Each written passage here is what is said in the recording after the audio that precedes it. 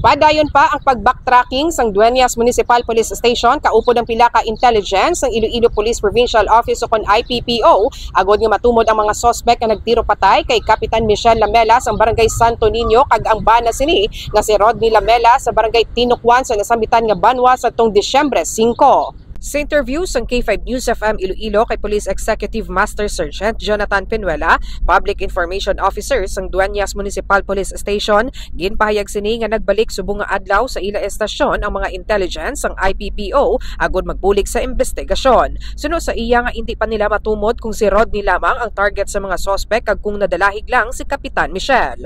Base sa investigasyon, may isa ka igo sa nawala nga kilid sang lawas si Michelle kag naglapo sa natuong nga kilid. Samtang may apat naman kaigo si Rodney sa natuong nga abaga, ibabaw sang dughan, nawala nga ibabaw sang dughan kag nawala nga kilid sang lawas. Padayon naman ang pag-retrieve sang kapulisan sa mga CCTV sa diin ang exit direction sang riding in tandem ang padulong sa Dingle, Pototan.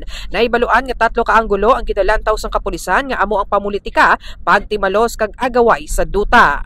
Live diri sa Banwa sang Dueñas, ini si K5 Karen Badilla para sa Kampiyon nga Balita, Serbisyo Publiko kag Kalingawan sa Iloilo. K5 News FM.